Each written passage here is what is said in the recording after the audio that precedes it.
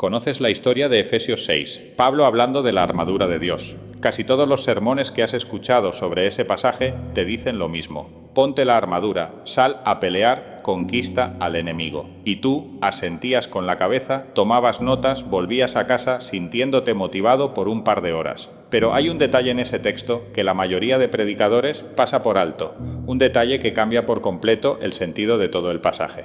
Pablo no escribió esas palabras desde un púlpito cómodo, las escribió encadenado, preso en Roma, un hombre viejo cansado con el cuerpo marcado por los azotes y los naufragios. Y cuando ese hombre agotado les dice a los efesios que se pongan la armadura, el mandato central no es ataquen, no es conquisten, es algo mucho más profundo. Habiendo acabado todo, estad firmes, mantente en pie, no te derrumbes, eso es lo que Pablo les pide. Quizá hoy estás aquí porque llevas años caminando con Dios y nadie sabe lo cansado que estás por dentro. Has orado fielmente, has servido, has creído, y aún así hay noches en las que miras al techo y te preguntas si todo ha valido la pena.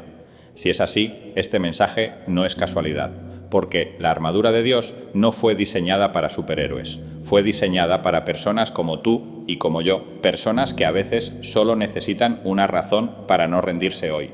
En los próximos minutos vamos a recorrer juntos las 6 piezas de esa armadura, pero no como una lección de escuela dominical. Vamos a verlas desde los ojos de alguien que ya ha vivido, que ya ha perdido, que ya ha dudado. Cada pieza esconde algo que tal vez nunca te han contado. Quédate hasta el final porque la última pieza podría ser exactamente lo que tu corazón necesita escuchar hoy. Hay una clase de soledad que nadie menciona en la iglesia. No es la soledad de quien vive sin compañía. Es la soledad de quien un día se mira al espejo y no reconoce a la persona que le devuelve la mirada. Los hijos crecieron y se fueron dejando habitaciones vacías que todavía huelen a su infancia. El trabajo que te definió durante 30 años terminó con una carta de despido o una jubilación donde te regalaron un reloj y un apretón de manos mientras tú sentías que te arrancaban la piel. Tu cuerpo ya no responde como antes. Lo que antes era fuerza ahora es precaución. Lo que antes era velocidad ahora es paciencia obligada. Y de pronto, la pregunta que nunca pensaste hacerte te golpea en el pecho con la fuerza de un puño cerrado. ¿Quién soy yo ahora? Esa pregunta no aparece a los 20 años. A los 20 sabes exactamente quién eres tus sueños, tus planes, tu energía inagotable.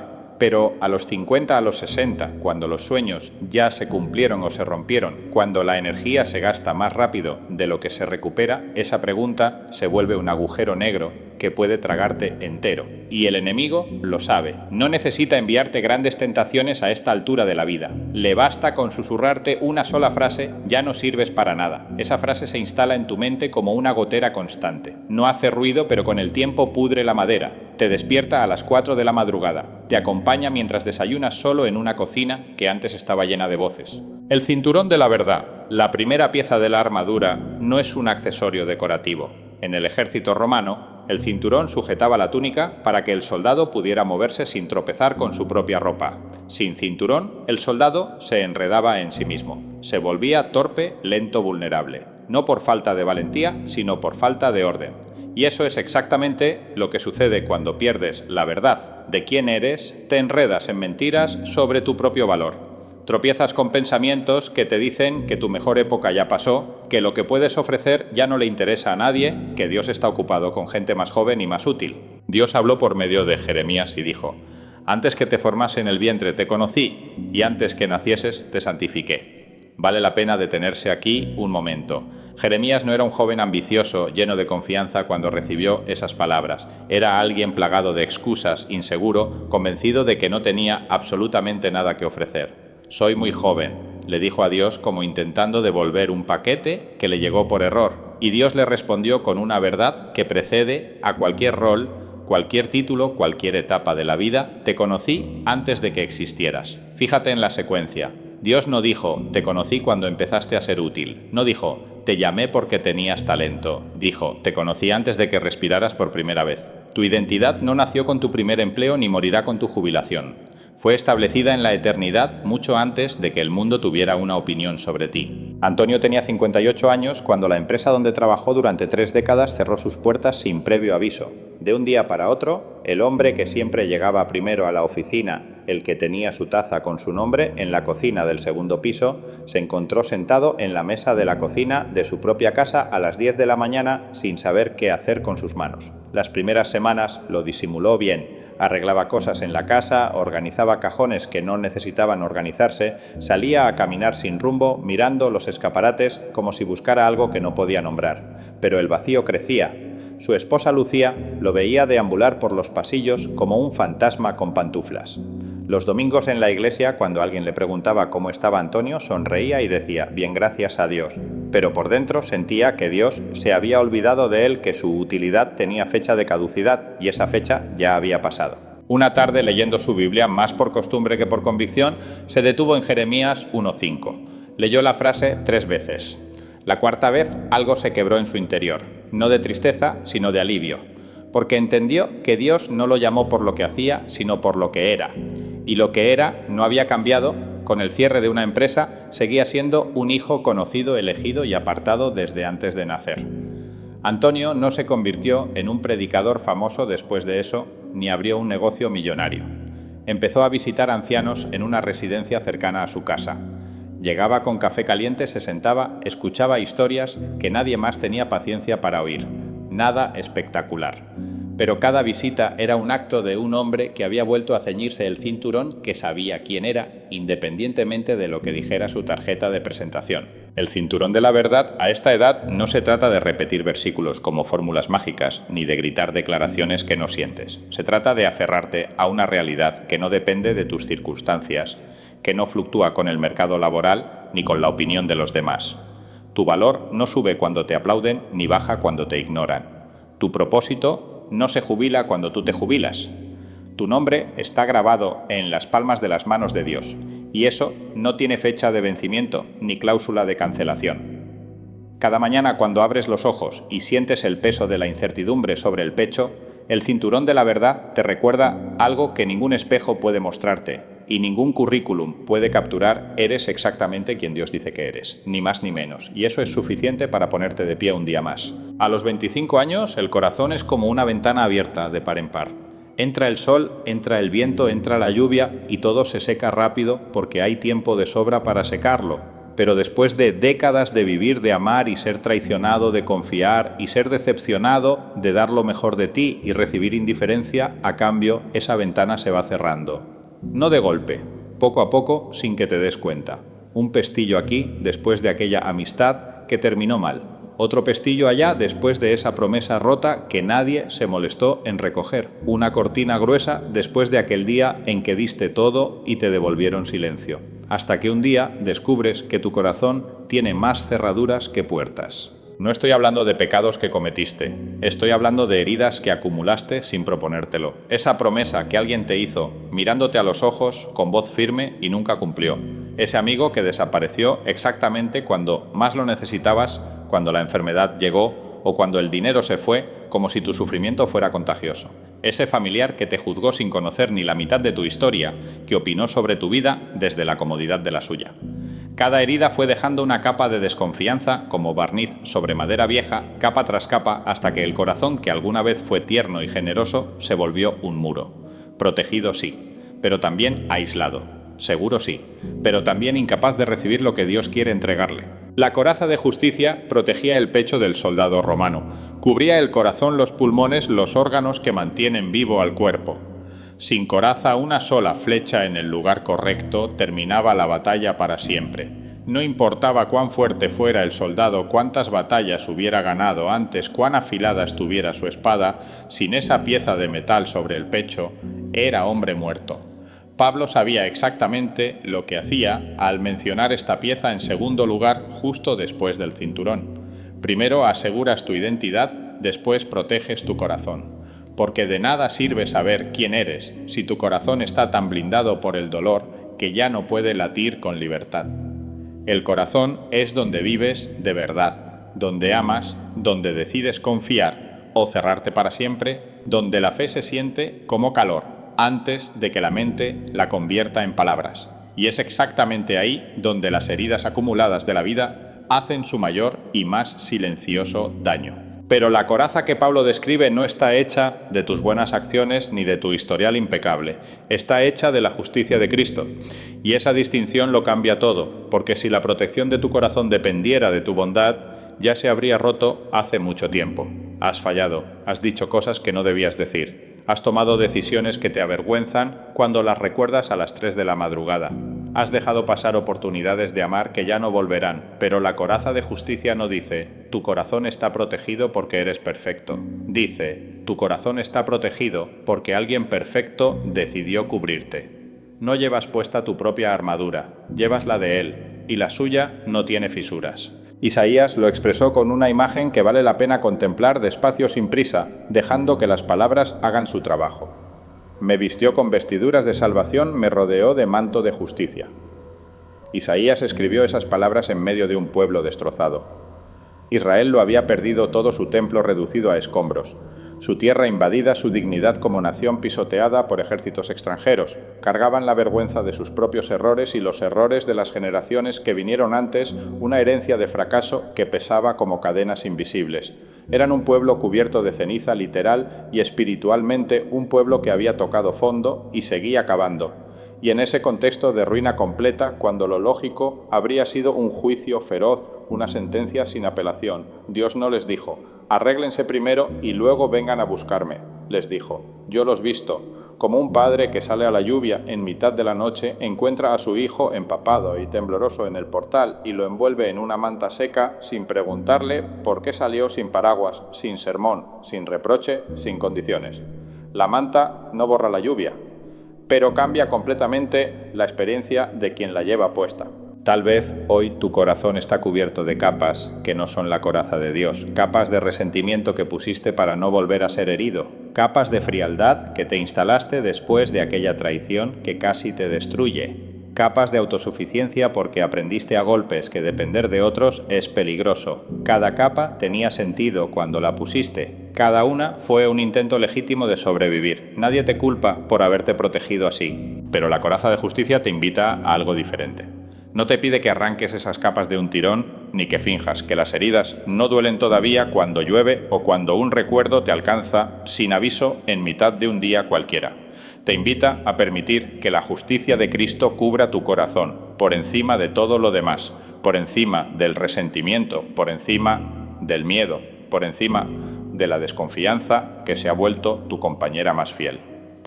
No necesitas olvidar lo que te hicieron, no necesitas pretender que el daño fue menor de lo que fue. Solo necesitas dejar que algo más fuerte que tu dolor envuelva el lugar donde vives por dentro. Y esa justicia, la de Cristo, tiene una cualidad que ninguna de tus capas protectoras posee: te protege sin aislarte, te cubre sin encerrarte. Guarda tu corazón y al mismo tiempo le permite seguir latiendo con ternura, seguir confiando con cautela, pero sin cobardía, seguir amando aunque duela. Porque un corazón encerrado sobrevive, pero un corazón cubierto por la justicia de Cristo vive de verdad. Y hay una distancia enorme entre sobrevivir y vivir. Imagina a un hombre caminando por un sendero de montaña en plena oscuridad. No tiene linterna, no conoce el terreno. Cada paso es una apuesta, puede pisar roca firme o puede pisar el vacío. Así se siente vivir cuando no sabes qué viene después. Cuando el diagnóstico médico dejó más preguntas que respuestas. Cuando la persona que caminaba a tu lado durante décadas ya no está, y el silencio de su ausencia llena cada habitación. Cuando el futuro que a los 30 parecía un campo abierto, lleno de posibilidades a los 55, parece un pasillo estrecho con poca luz y demasiadas puertas cerradas. El calzado del Evangelio de la Paz no es un par de botas para correr más rápido ni para pisar más fuerte. Esa es la versión que se predica en los congresos juveniles y tiene su lugar para quienes están empezando el camino. Pero para quien lleva décadas caminando con Dios, con los pies cansados y las rodillas que crujen al levantarse el calzado, significa algo muy distinto. Cuando Pablo escribió sobre esta pieza, usó la palabra griega etoimasia, que significa preparación, disposición, estar listo para marchar. Pero listo no siempre significa listo para atacar. A veces significa listo para dar el siguiente paso sin saber a dónde llevas, sin garantías, con el único recurso de saber que no caminas solo. Los soldados romanos llevaban sandalias con clavos de hierro que se aferraban al terreno, al barro, a la piedra mojada y resbaladiza. No eran sandalias diseñadas para la velocidad, eran para la estabilidad, para no caer cuando el suelo se volvía traicionero bajo los pies. Aquí necesitas entender algo sobre la paz bíblica que cambia por completo la forma en que miras tu situación presente. La palabra shalom en hebreo no significa ausencia de problemas, significa integridad, plenitud, estar completo incluso cuando todo a tu alrededor está incompleto. Es la paz que Jesús les dio a sus discípulos la noche antes de ser crucificado en esa última cena, donde el aire olía a despedida y a pan recién partido, donde las sombras de lo que venía ya se sentían en la habitación. Mi paz os doy, no os la doy como el mundo la da. Les estaba diciendo lo que viene mañana va a ser lo más terrible que hayan presenciado. Van a verme morir. Van a sentir que todo lo que creyeron durante estos 3 años se derrumba como una casa de barro bajo la tormenta. Pero mi paz no depende de que todo salga bien. Mi paz permanece cuando todo sale mal. Esa noche los discípulos no entendieron esas palabras. Las entenderían después cuando la tumba estuviera vacía y la paz que Jesús prometió se hubiera convertido en la única verdad que seguía en pie sobre las ruinas de aquel viernes sangriento. El Salmo 23, el más conocido de todos los salmos, esconde un detalle que pasa desapercibido precisamente por la familiaridad. Lo has leído tantas veces que tus ojos resbalan sobre las palabras sin detenerse en lo que realmente dicen. Pero mira esto con ojos nuevos. David no dice, aunque corro por el valle de sombra de muerte. No dice, aunque vuelo sobre el valle, ni aunque escapo del valle a toda velocidad. Dice, aunque ande. Camina, despacio. Un pie delante del otro, sin prisa, sin carrera desesperada, porque sabe que no está solo. El pastor va con él, la vara y el cayado le infunden aliento. La paz no es velocidad, no es escapar del valle antes de que te alcance la sombra. Es la certeza de compañía en el tramo más oscuro del camino. Puedes caminar lento, puedes incluso detenerte a tomar aliento. Lo que no puedes es olvidar que hay alguien caminando contigo que conoce cada piedra, cada curva, cada abismo de ese valle porque lo recorrió antes que tú. Hay una imagen en Deuteronomio que siempre me ha conmovido profundamente. Moisés, justo antes de morir, ya anciano, ya con la voz gastada por 40 años de guiar a un pueblo terco que se quejaba. Hasta del maná reunió a Israel y les recordó algo que habían experimentado durante todo ese tiempo en el desierto. Tu vestido nunca se envejeció sobre ti ni el pie se te ha hinchado en estos 40 años. Piensa en lo que eso significa. 40 años caminando sin mapa, sin GPS, sin saber si mañana habría agua para beber o comida para alimentar a los niños. 40 años donde cada amanecer era un acto de fe pura, desnuda, sin ninguna garantía visible de que el día terminaría bien. 40 años donde el horizonte solo mostraba arena, piedra y más desierto. Y sus sandalias no se gastaron, sus pies no se hincharon. Dios no les mostró el destino final, no les dio un itinerario detallado con fechas paradas y un mapa con la ruta marcada en rojo, pero les garantizó algo más importante que todas esas cosas, que el calzado aguantaría cada paso del camino, que sus pies estarían protegidos mientras durara la travesía fuera cual fuera su longitud. Esa es la promesa que el calzado de la paz te ofrece hoy. No sabes qué viene el próximo mes, no sabes si la salud mejorará o empeorará, no sabes cuánto tiempo más estarás en este valle que parece no tener salida, que parece repetirse con cada curva del camino. Pero tus sandalias no se van a gastar, no necesitas ver toda la ruta para seguir caminando, no necesitas un mapa completo con el destino marcado en rojo. Solo necesitas saber que tienes lo suficiente para el paso que estás dando ahora en este preciso momento. Y cuando mañana llegue el siguiente paso, tendrás lo suficiente para ese también, y para el que viene después, porque el Dios que sostuvo las sandalias de un pueblo entero durante 40 años en un desierto donde todo se deterioraba menos ellos, ese mismo Dios no va a dejar que tus pies se queden sin protección precisamente en este tramo de tu vida. Voy a decirte algo que probablemente nadie te ha dicho en la iglesia y necesito que lo escuches sin filtros. Está bien tener una fe pequeña. Está bien no sentir la fe rugiendo dentro de ti como un león. Está bien que hoy tu fe sea apenas un susurro, apenas una chispa que parece a punto de apagarse con el siguiente soplo de viento. Está bien que no puedas levantar las manos en la adoración como lo hacías hace 20 años, cuando todo parecía más sencillo y Dios se sentía más cerca. Porque lo que importa no es el tamaño de tu fe, lo que importa es que siga ahí, que no se haya apagado del todo, que después de todo lo que has vivido, de todo lo que has perdido, de todo lo que has soportado, todavía exista algo dentro de ti que se resiste a soltar la mano de Dios.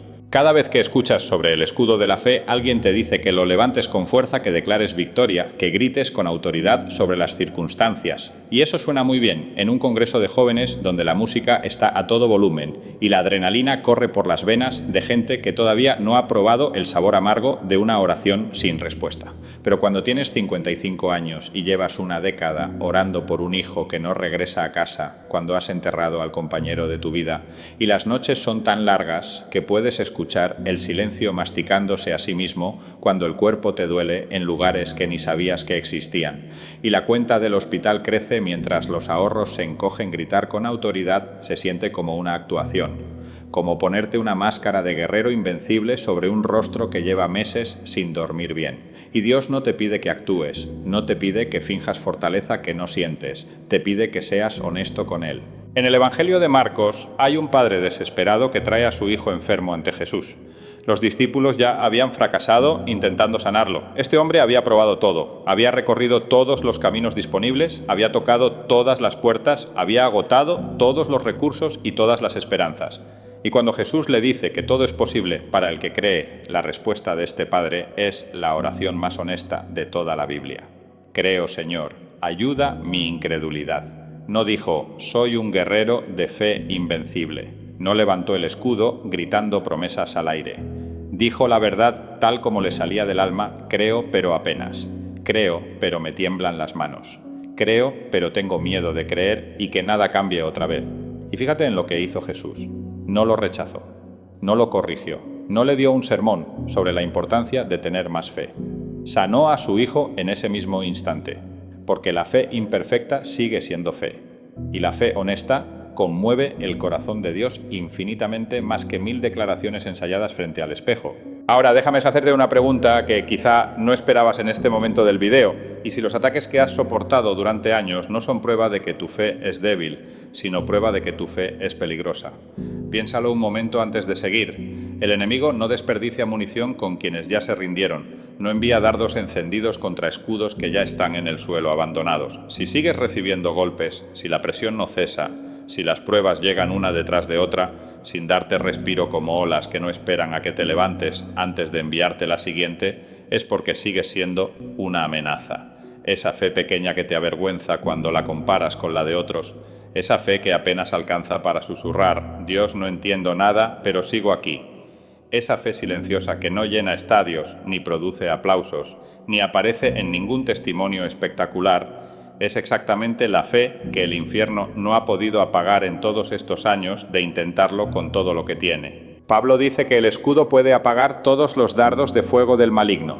Todos, no la mayoría, no los más pequeños, todos. Pero en ninguna parte dice que el escudo tiene que ser enorme para funcionar. En ninguna parte exige un mínimo de tamaño o de brillo para que cumpla su propósito. Los soldados romanos mojaban sus escudos en agua, antes de la batalla los sumergían en cubetas hasta que la madera y el cuero quedaban empapados para que las flechas encendidas se extinguieran al hacer contacto con la superficie húmeda. El fuego chocaba contra el agua y moría antes de causar daño.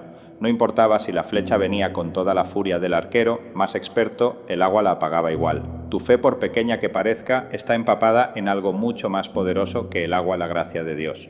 Y eso basta para apagar lo que venga. No por la fuerza de tu brazo sosteniendo el escudo, sino por la gracia que lo empapa. Isaías escribió algo que parece dirigido a ti en este preciso instante.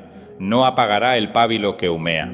Un pábilo que humea es una mecha casi muerta. La llama ya no existe. Solo queda un hilo de humo gris, un resplandor anaranjado que apenas se distingue de la ceniza que lo rodea. Cualquier persona razonable la descartaría, la tiraría a la basura y encendería una vela nueva. Pero Dios no es cualquier persona. Dios mira esa mecha que el mundo ya dio por muerta y dice, no la apago, la cuido. La protejo del viento que intenta acabar con ella. Soplo sobre ella no para extinguirla, sino para reavivarla. Si hoy tu fe es un pábilo humeante, si apenas queda un resplandor tenue donde antes había una hoguera que iluminaba toda la habitación, no te avergüences. Ese resplandor todavía tiene dentro de sí todo lo que necesita para volver a arder. Y el Dios que prometió no apagarlo es el mismo que sabe exactamente cuándo y cómo encenderlo de nuevo. Existe una prisión que no tiene barrotes, no tiene guardias armados en las esquinas. No tiene muros de concreto ni alambres de púas en lo alto. Se construye dentro de tu propia cabeza, ladrillo a ladrillo con cada «¿y si hubiera hecho las cosas diferente?».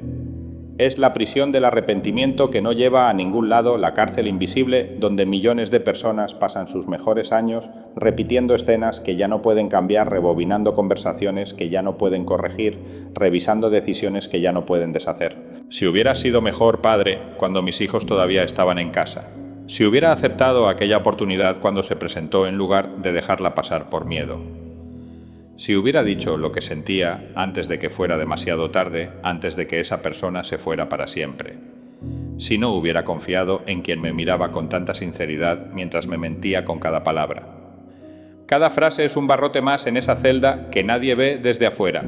Cada recuerdo rumiado una y otra vez, cada escena reproducida en la oscuridad del insomnio, es otro candado que se cierra con un chasquido.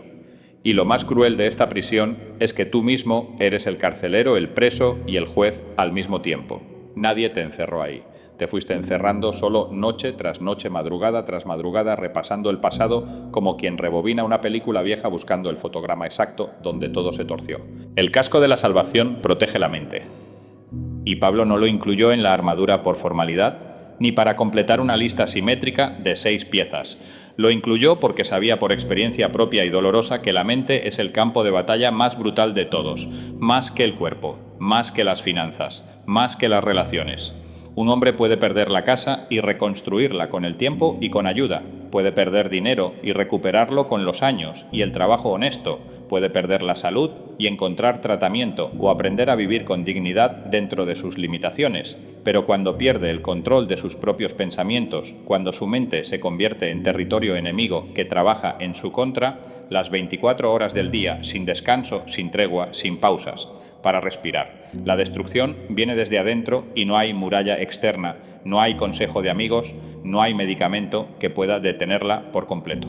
Pablo escribió a los filipenses una frase que solo un hombre familiarizado con la prisión mental puede escribir con esa autoridad: olvidando ciertamente lo que queda atrás y extendiéndome a lo que está adelante, prosigo a la meta. Pablo, el mismo hombre que antes de llamarse apóstol se llamaba Saulo el perseguidor implacable, el hombre que sostuvo los mantos de quienes apedrearon a Esteban hasta matarlo, el hombre que entraba en casas de familias cristianas, los sacaba arrastrando delante de sus hijos y los entregaba a la cárcel sin pestañear. Si alguien en toda la historia bíblica tenía motivos de sobra para quedarse encerrado en la culpa hasta el último aliento de su vida, era él. Podía haber pasado cada noche sin dormir, repasando los rostros de los inocentes que sufrieron por su causa, escuchando los gritos que él provocó. Y nadie, absolutamente nadie, lo habría culpado por eso.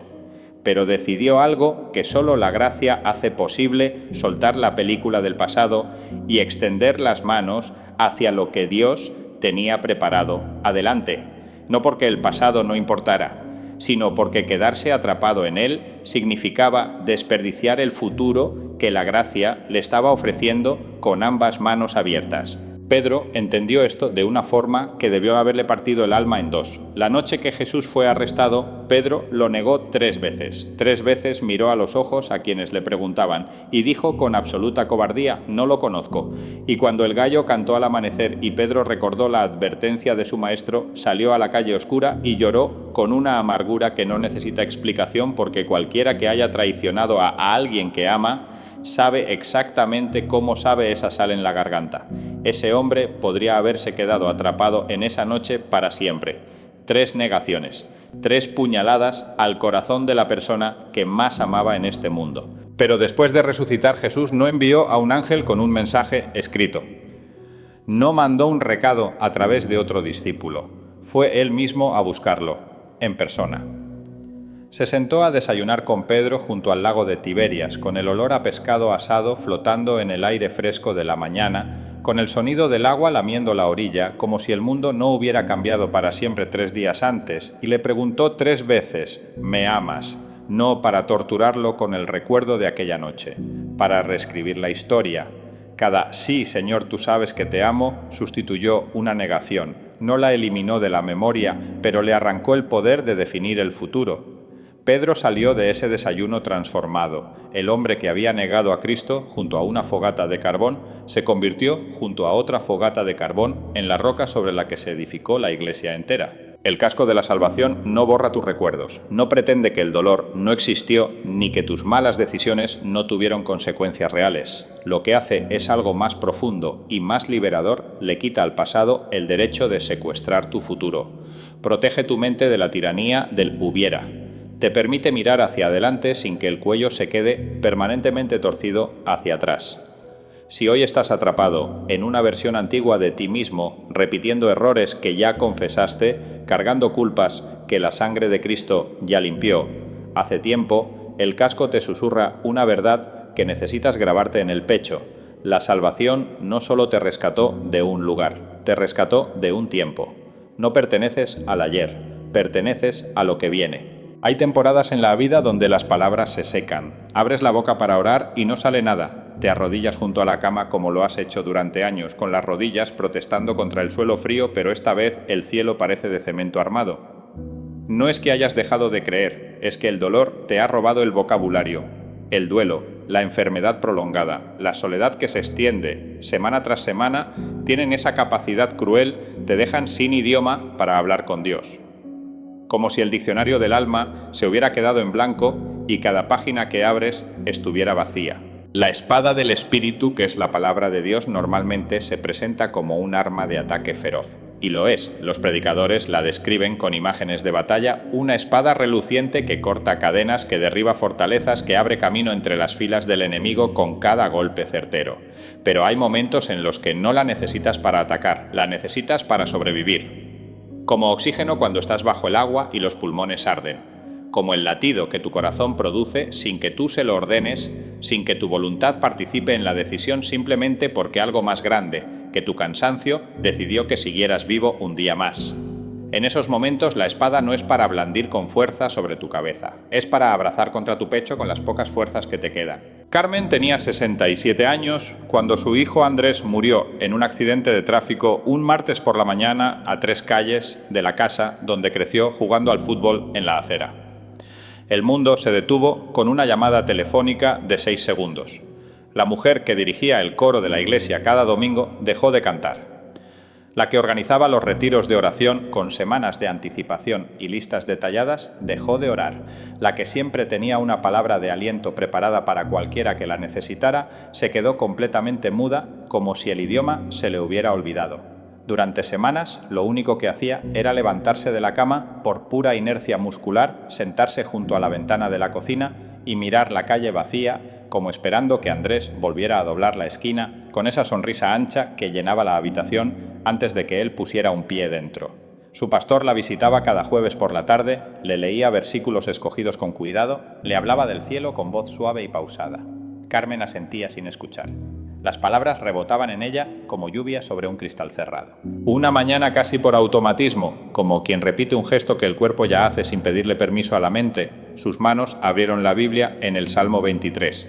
No porque quisiera estudiar, no porque sintiera hambre espiritual ni deseos de encontrar consuelo, porque era la única página que sus manos encontraban por costumbre el lomo del libro gastado justo en ese punto después de décadas de abrirlo ahí. Jehová es mi pastor, nada me faltará. Lo leyó sin sentir nada. Las palabras entraron vacías como cáscaras sin fruto, como sonidos sin significado. Al día siguiente lo leyó otra vez. Y al siguiente. Y al siguiente. Durante meses ese fue su único contacto con la palabra de Dios. Un solo salmo repetido, como la respiración de alguien conectado a un respirador artificial que no sabe que está respirando, pero sigue vivo, gracias a ese ritmo mecánico constante que no pide permiso para funcionar ni necesita que la voluntad humana lo active. 6 meses después, Carmen le dijo a su pastora algo que nunca olvidaré cuando me lo contaron. No sé en qué momento el Salmo 23 dejó de ser tinta sobre papel y se convirtió en aire dentro de mi pecho. No puedo señalar el día ni la hora. No hubo un rayo de luz ni un momento dramático como en las películas. Solo sé que esas 6 palabras, Jehová es mi pastor, nada me faltará, me mantuvieron viva cuando yo no quería estarlo. Eso es la espada del espíritu cuando la vida te ha vaciado por completo. No es un arma que levantas triunfante sobre tu cabeza ante una multitud que aplaude. Es una palabra que te sostiene cuando no puedes sostenerte sola. Es el hilo invisible que te conecta con Dios cuando todos los demás hilos se han roto y ya no queda nada visible que te ate a la esperanza. El Salmo 119 dice: «Lámpara es a mis pies tu palabra y lumbrera a mi camino». Fíjate en la escala de esa imagen, no dice reflector industrial que ilumina un estadio entero, no dice faro de costa que se ve a kilómetros de distancia, dice lámpara.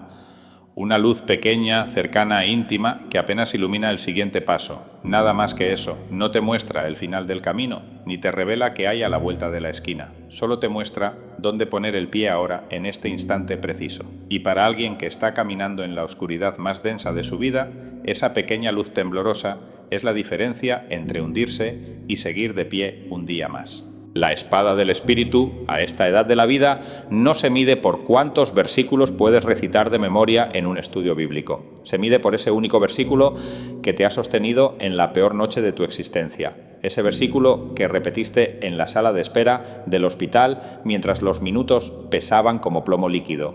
Ese versículo que murmuraste con labios temblorosos mientras conducías de regreso del cementerio con el asiento del copiloto vacío por primera vez.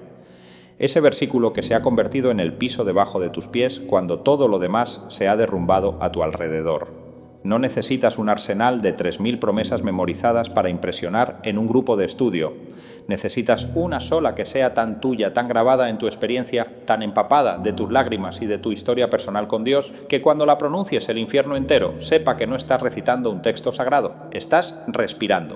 Hemos caminado juntos por 6 piezas de una armadura que no fue diseñada en una fábrica de héroes. Fue forjada para gente real, para manos arrugadas que todavía se juntan cada noche antes de dormir, para rodillas gastadas que siguen doblándose aunque duelan al hacerlo, para corazones que han sido rotos tantas veces que ya perdieron la cuenta pero que siguen latiendo con una terquedad que solo la gracia explica. Quiero que pienses en algo. Un soldado viejo que sigue de pie después de 100 batallas no inspira menos respeto que el joven que acaba de alistarse con el uniforme recién planchado. Inspira más, porque su armadura tiene abolladuras, raspaduras, marcas de golpes que casi lo derriban, pero no lo consiguieron. Cada marca cuenta una historia de supervivencia. Cada abolladura es un capítulo de algo que intentó destruirlo y fracasó. Esa es tu armadura hoy, no es nueva. No brilla como en las ilustraciones de los libros de la escuela dominical. Tiene las cicatrices de tus años, pero la llevas puesta y sigues de pie. Ahora cierra los ojos un momento donde estés. Pon tu mano sobre tu pecho. Siente tu corazón latiendo. Ese latido es evidencia de que Dios no ha terminado contigo. Evidencia de que la armadura ha funcionado incluso en los días que pensaste que no servía para nada, incluso en las noches que creíste que estabas completamente solo. Cada latido es una declaración silenciosa que le dice al cielo y al infierno al mismo tiempo: todavía estoy aquí, todavía creo, todavía me mantengo firme. Señor, hoy no te pido fuerzas extraordinarias para quien me escucha. Te pido las fuerzas justas para el día de hoy. Que tu verdad le recuerde quién es cuando el mundo le diga que ya no importa. Que tu justicia cubra las heridas que nadie más ve. Que tu paz sostenga cada paso incierto en la oscuridad. Que la fe, aunque sea pequeña, no se apague esta noche. Que tu salvación libere cada mente prisionera del ayer. Y que tu palabra sea el aire que respiran cuando ya no encuentren las suyas propias. Amén. Si este mensaje tocó algo verdadero dentro de ti, compártelo con alguien que necesite escucharlo.